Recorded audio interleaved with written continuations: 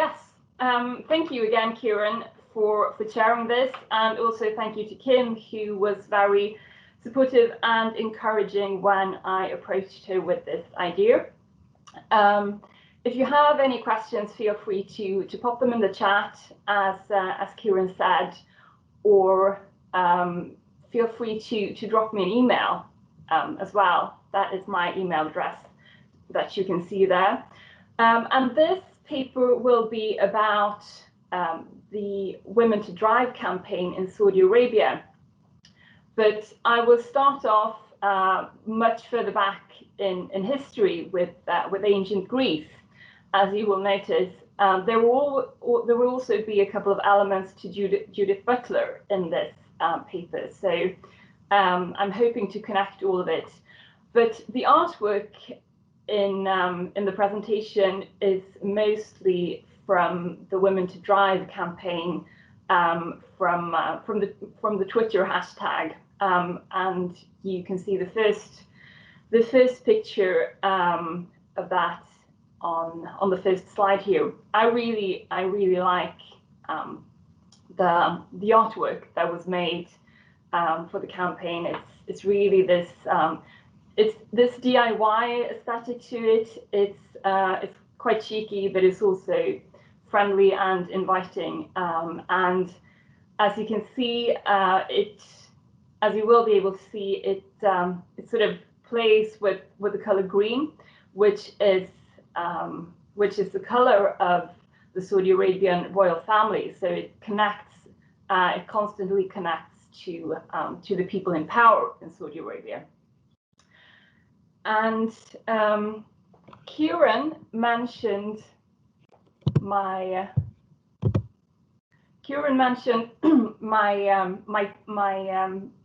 doctoral thesis, and this is basically what the doctoral thesis is about.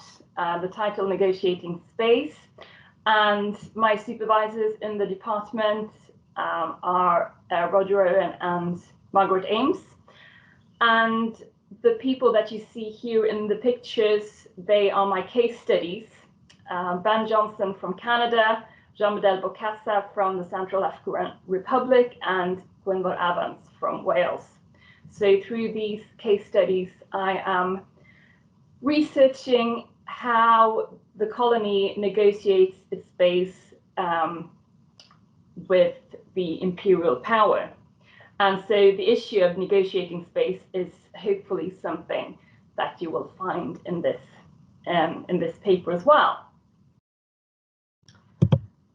So some more artwork here then to start off with the lecture. So basically, my aim is to tell you the story of how women in Saudi Arabia struggled for a long time to win what most people today, at least in Western countries, are going to take for granted, which is the freedom to drive your own car, regardless of your sex.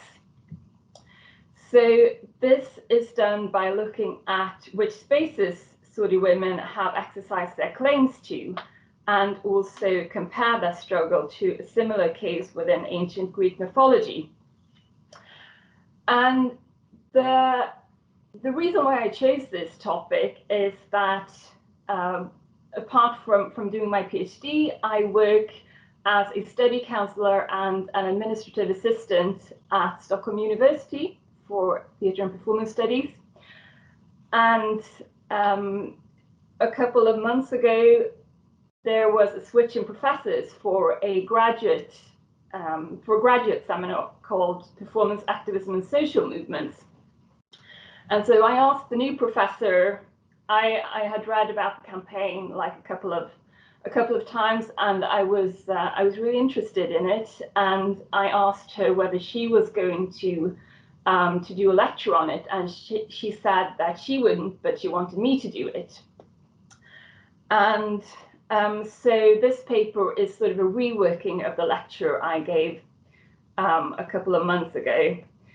And I have been fascinated, as I said, with this campaign for some time. And it basically started off when I went to the movies to to see a film called Wajda. Sorry about my Arabic pronunciation. But Wajda was in the cinema, and it's about a young girl. She's aged 8, I think. And she was fighting for the right to move freely because she wanted to ride a bike. And this may seem like a trivial story, but it is such it's such a captivating history to it. And I was that's basically the way I started researching this campaign. And when I planned the seminar lecture back in November, I knew that we had a couple of people in the class who were in the humanities, but they weren't in performance studies. And performance studies occasionally can be difficult to understand if you come from the outside, because it's such a vast field, and you have elements of sociology to it. You have social sciences, you have politics. So what I wanted to do was to really get back into the tradition of telling a story, so that people would see that narratives are an important part to performance studies.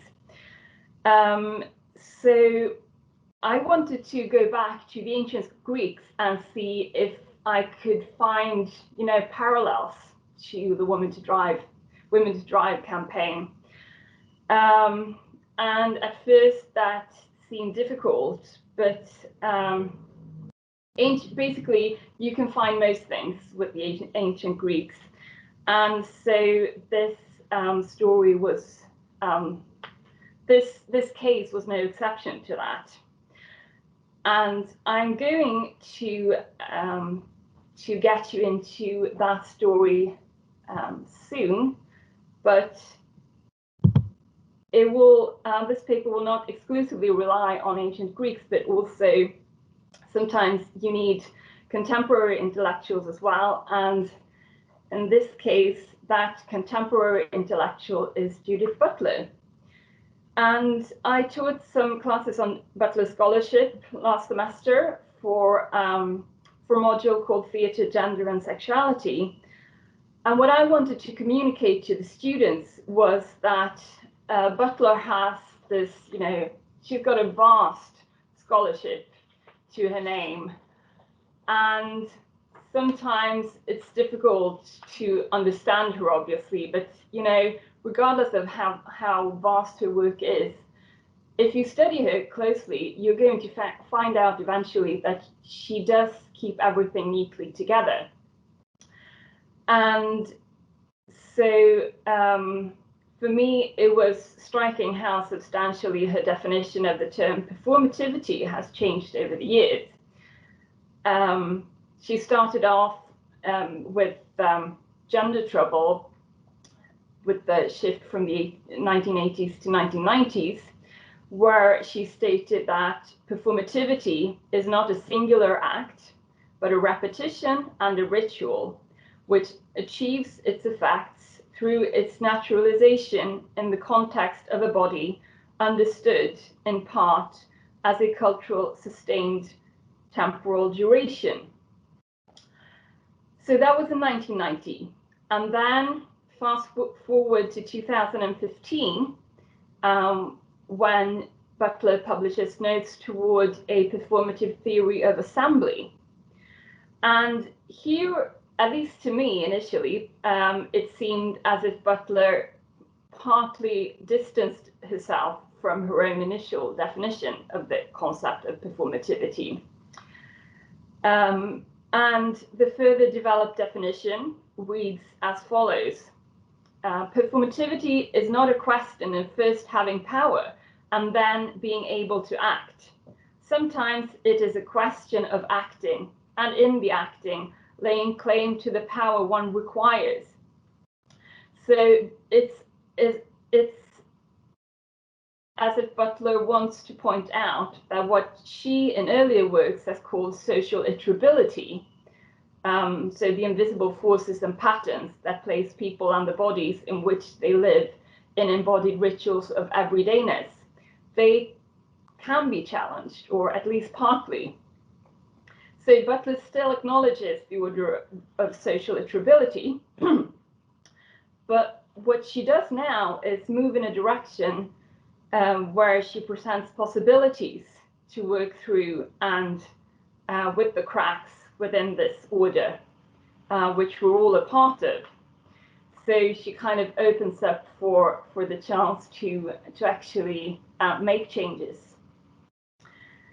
And in her 2015 volume, Butler points out that a lack of the possibility of presenting your own story, of having your own say, more or less coincides with the lack of a space acknowledged for you. And again, if we go back to the ancient Greeks, the open space, the square, or the agora, as it was called, that was a critical place for gaining power. The square was the place for laying claims to the power you required or desired even. So Butler returns to that central thought within her book. You claim the space and you win access to your own agency and your own subjectivity. And through that, you gain the right to tell your own story. And what I kind of want to know is that if there is only one place to go, or sort of only one way to lay your claims, and if you don't really accept that because you tried that way already, there must be alternative ways, right? So that is basically how that's how I got into. Those were my initial thoughts with this research project. And that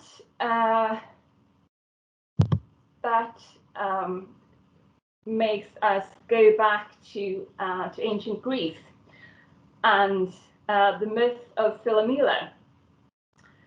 And as I said, there are few things that the Greeks did not experience, and this factor, unconventional women's activism, is no exception.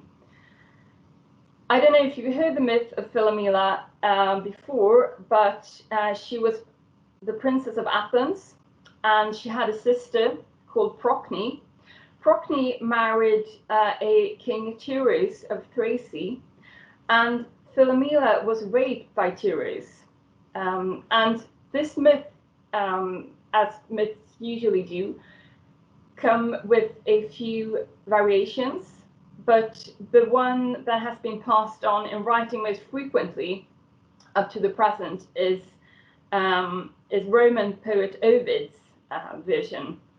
But the myth is of Greek origin, and Sophocles wrote a tragedy based on it, but that is now lost. So basically, we have Ovid to trust with it, although contemporary interpretations also include playwright Timberlake Wertenbaker's Love of the Nightingale, who really, in a very clever way, uses the issue of how to negotiate space as well. But if we follow Ovid's version, what happens is that after raping Philomela, Tyros cuts off her tongue to prevent her from speaking of it. So he basically thinks that there is no way for her to lay any claims, to regain any power. But what Philomela does is that she finds an alternative way. She weaves a tapestry that tells the entire story, and she sends it to her sister Procne. And Procne, who obviously finds herself in an enraged state, she kills the son she has born Tyros. She cooks him and she serves him as a meal to Tyros. So due to all of this, eventually the gods turn all three into birds.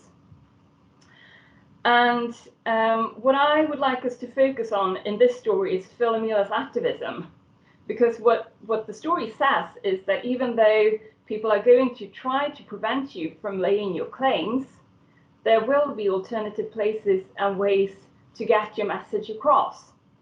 So there was no way for Philomela to get out into the square and tell her story because her tongue obviously was cut off, and the square was not a place for women, so she wouldn't be able to access it anyway.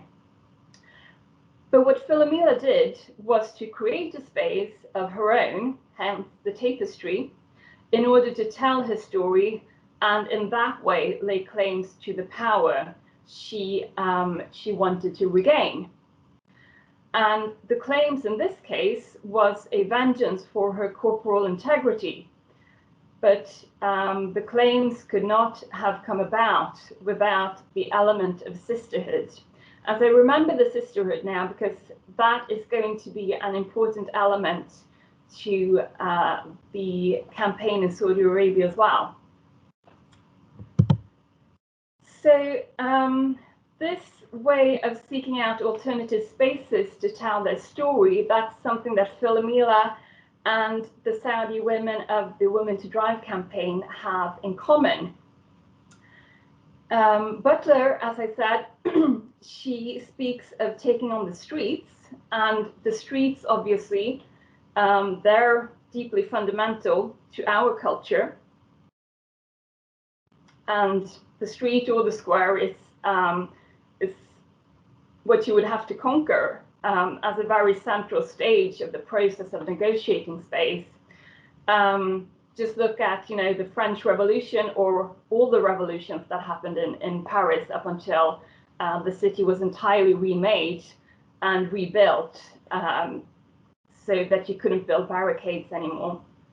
Or look at the suffragette movement, who really used, interacted with the street in order to get their messages across. So, but this supposes that we have streets and squares where people move about.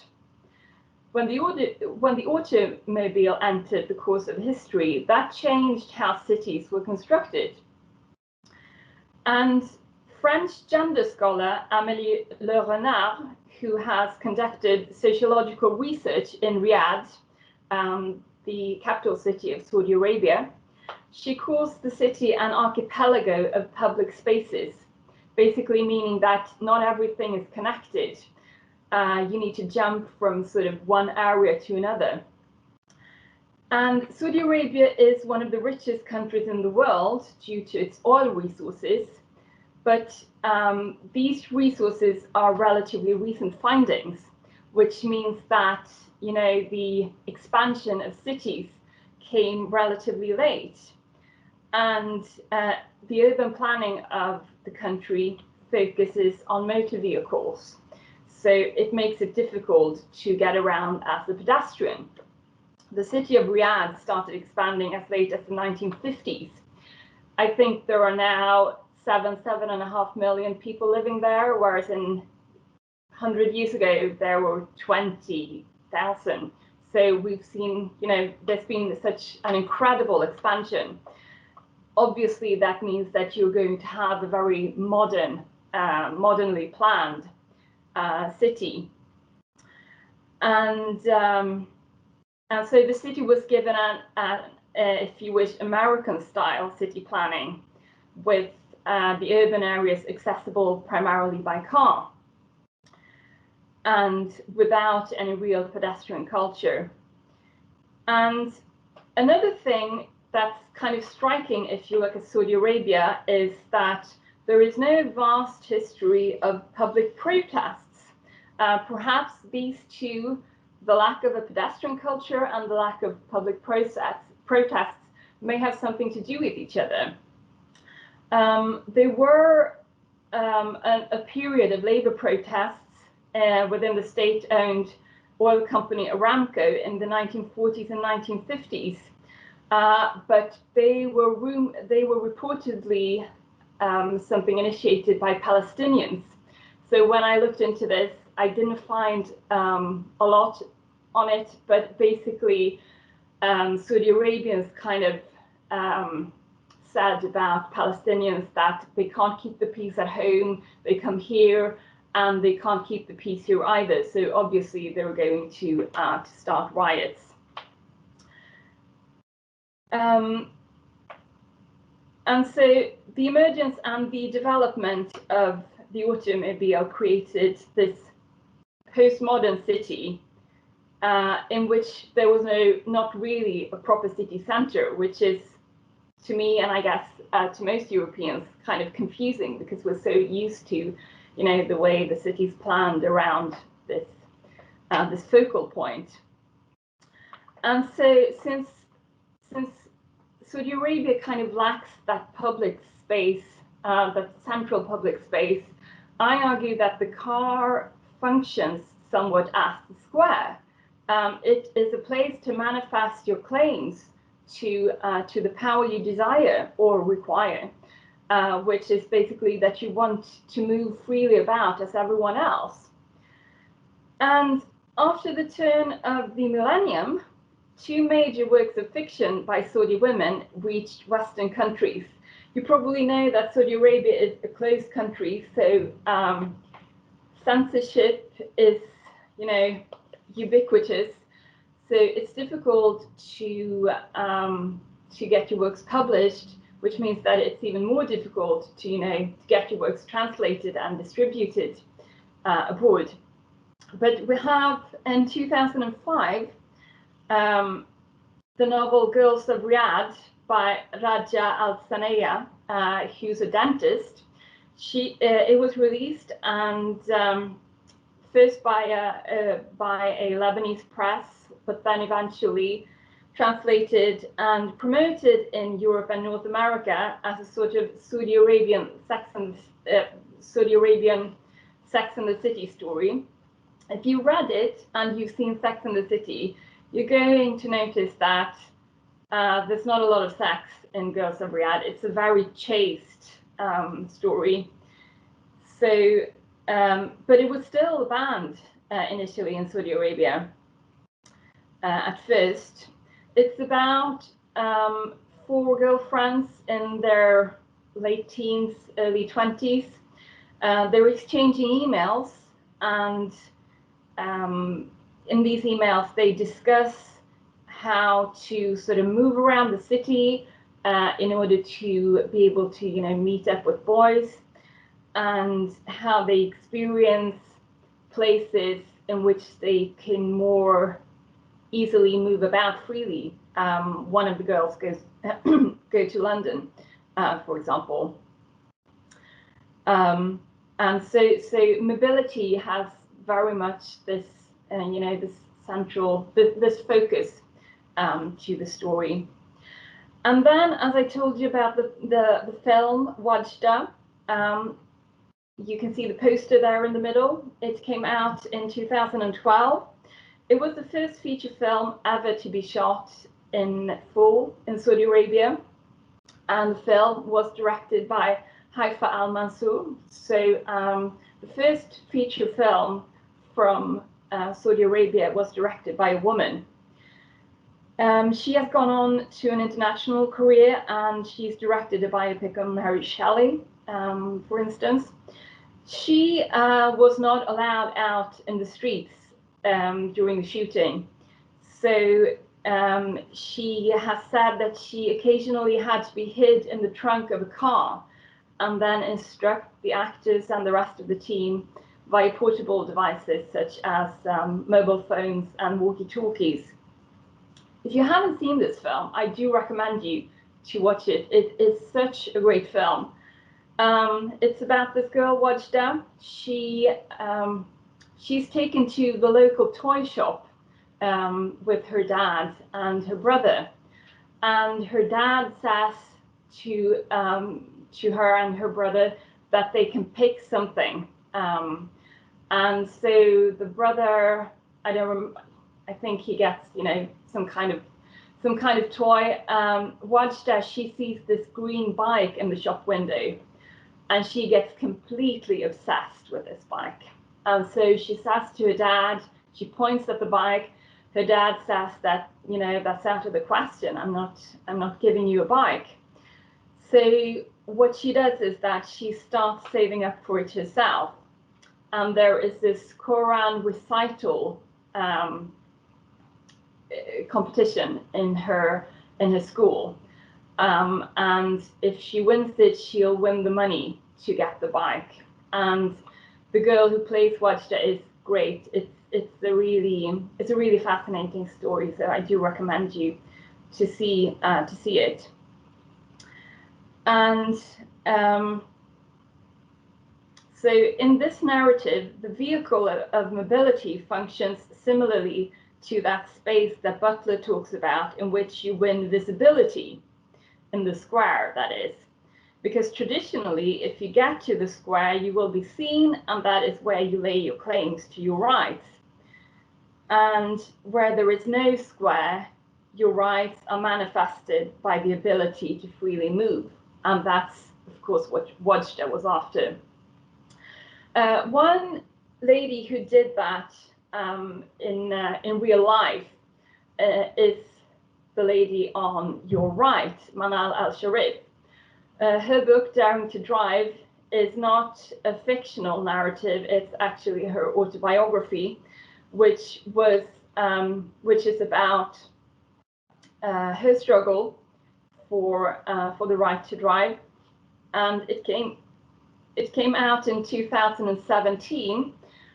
And at that time, Manal al-Sharif had been struggling for 6 years in different ways to be able to drive freely in her home country. She was one of the sort of figureheads of the first wave of the Women to Drive campaign, but she started off in 2011 on Facebook, looking around different groups, different local groups in Riyadh, and she asked people if they knew how to, if they knew where to find someone who could teach her to drive.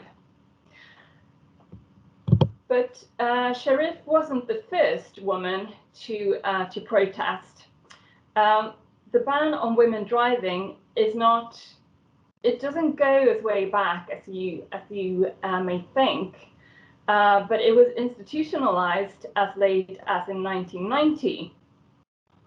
And the first protest was organized in the same year, 1990, that is then, and it consisted of 47 women who got behind the wheel. And this was during the time of the Gulf crisis. So you had a large number, a fairly large number of American troops coming into Saudi Arabia. So it's plausible to assume that the American women serving in the army at the time were visible driving around in vehicles and contributing to raising the issue at the time. If we return to more recent protests, we see that via social media, women were encouraged to drive themselves to their destination. That was basically one of the core demands of the Women to Drive campaign, because women are in traffic, and women have been in traffic all the time, but they have drivers. So basically, you're allowed to be in the car, but you're not allowed to handle the wheel yourself. And there was a protest on a smaller scale already in 2008. And back then there was a story about a woman who got behind the wheel of her car on the grounds of her residential compound, and she was sort of going, she was going, you know, round in circles. But then all of a sudden she decided that she would turn off towards the public road, and obviously from one second to another she turned illegal. And this slide shows a couple of samples of the comments on the BBC news page, so reactions to the story. And the one at the bottom, who is from a Mohammed in Jeddah, which is another of the largest cities of Saudi Arabia, is interesting because it touches upon the very unclear legal status of the ban on women driving. And official policies regarding how women should conduct themselves, they come from various sources. You have the king, you have the Ministry of Labour, you have the Council of Senior Ulama, which is basically the prominent religious people of the country. And they all tend to deliver contradictory discourses.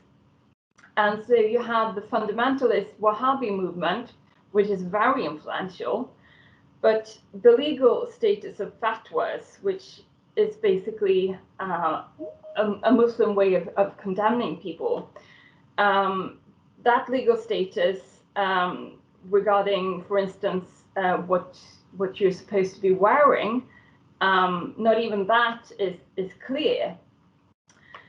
And when I gave this lecture in the graduate seminar, I had an Iranian student there, and afterwards he told me that, you know, this is what it's about to be living in a country that is not, you know, that is not democratic. Like, you never know what is actually allowed to do. So it's constantly, you constantly need to negotiate that as well.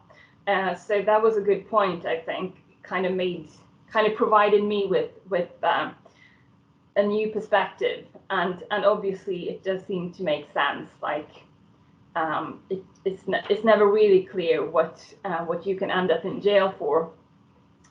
But what probably happened then in 1990, when the ban was initiated, was that women got out and drove, and the banning came afterwards. So it wasn't illegal until, you know, the authorities kind of banned it retrospectively, officially. And so in 2011 then, the Woman to Drive campaign started emerging on Twitter. And the hashtag was first seen on Twitter on either the 17th or the 18th of February in 2012. It's not really clear which the exact date was. It could be just, you know, down to time differences. But the first couple of tweets, they were in Arabic only. The original tweet was sent out by a Nora Al-Kasabi and was translated as, if you don't have a driver, you don't have a life. So hence this thing again about, you know, being in traffic as a woman, but you can't actually, you're not allowed to handle the car yourself. And this page is, this is a print screen from the first English language link that was tweeted using the hashtag. And so this article is not about driving, it's about sports. And this is before the London 2012 Olympics. And there were uncertainties about, you know, Saudi Arabia's stance on whether women would be allowed to compete or not.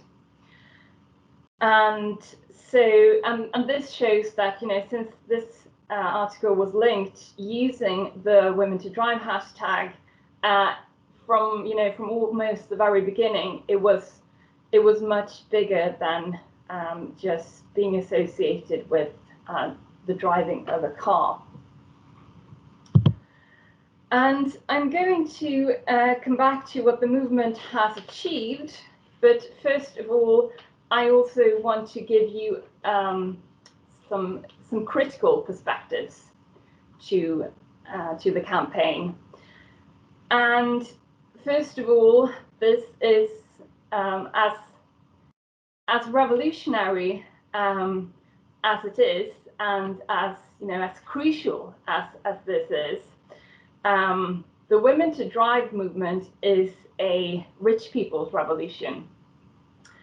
And in probably no country in the world does everybody have the financial means to buy and own a car, and that it, of course, goes for Saudi Arabia as well.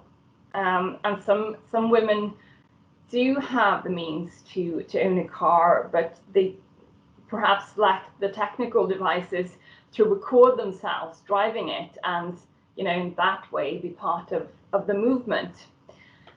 And adopting to new ways of life, of course, can mean freedom to move, but it can also mean moving towards patterns of consumerism.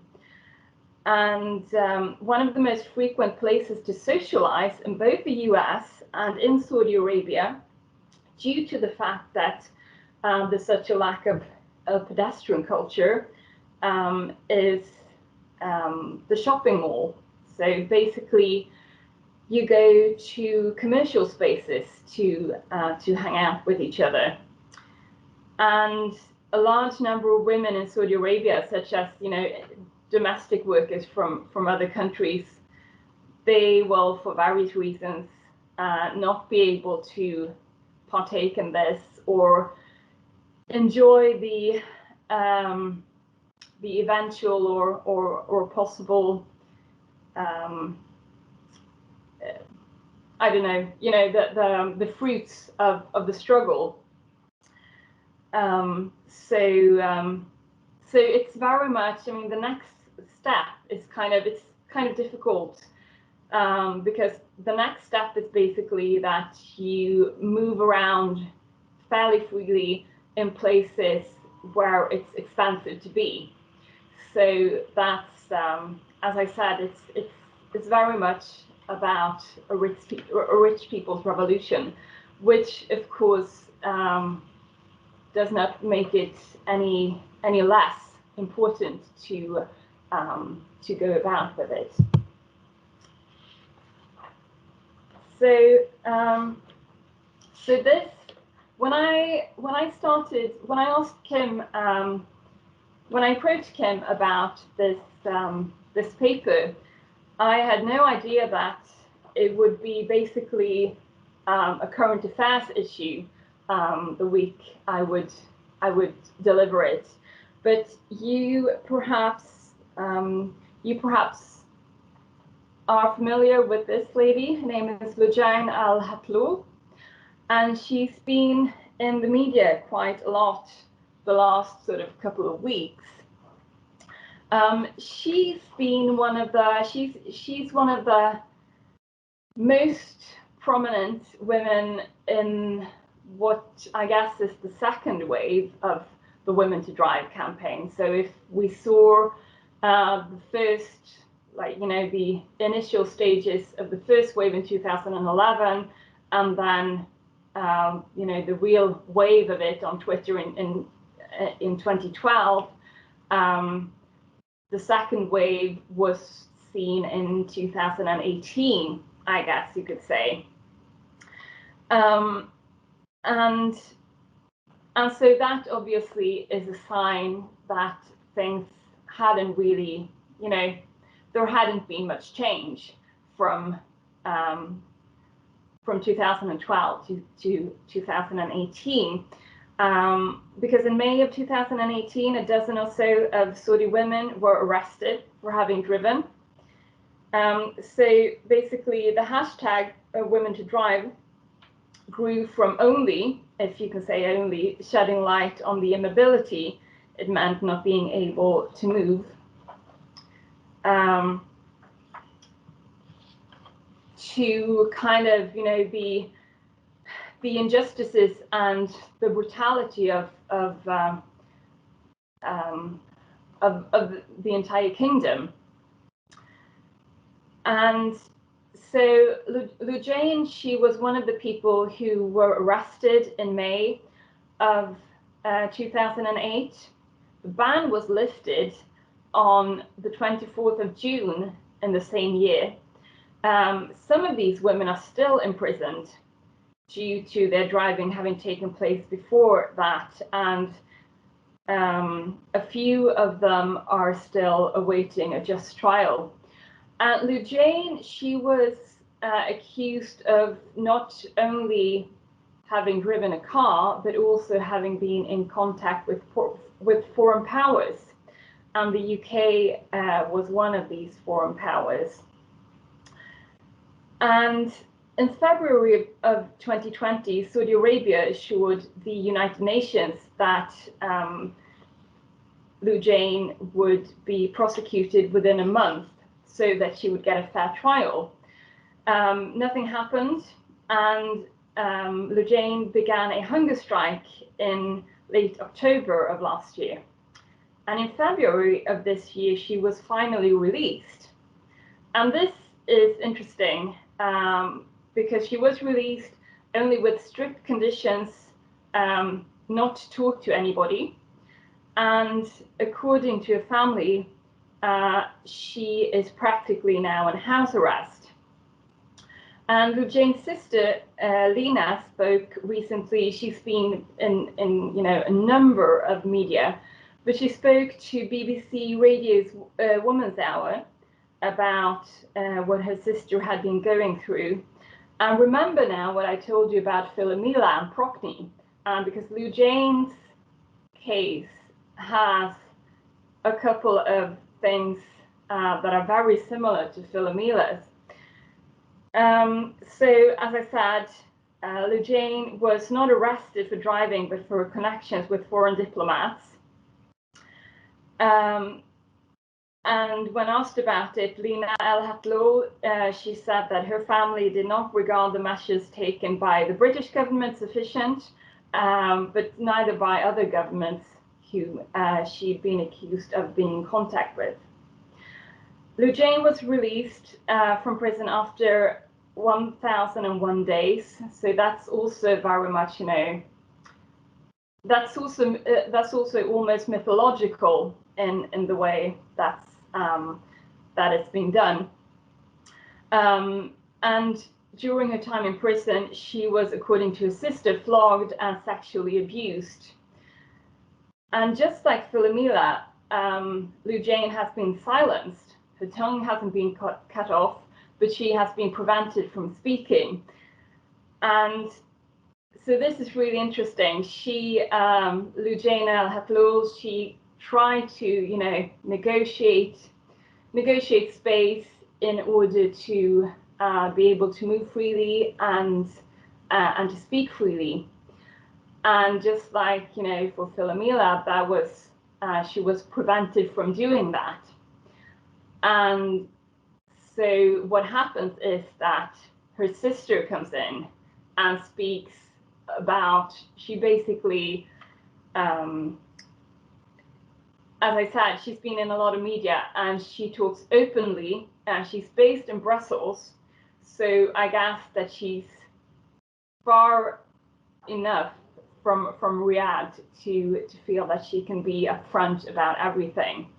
But that's also like, it's also a great example of, if you lay claims and it fails, you just need to find another way to do it. So if you can't gain the power yourself to speak, you just need to find someone else within your sisterhood, be it biological or ideological, to speak for you.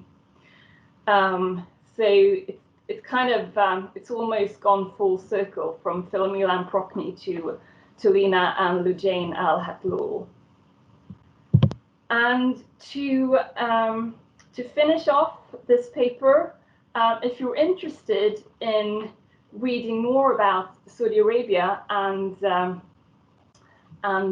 women's situation, as I said, it's difficult to sort of get first-hand sources because everything is so strictly censored. But here I have two recommendations. To your left, Hilary Mantel's collection of short stories, The Assassination of Margaret Thatcher, which collects a number of short stories from various from various years and various phases of her writing. There is this really good autobiographical short story called Sorry to Disturb, which is about her time as a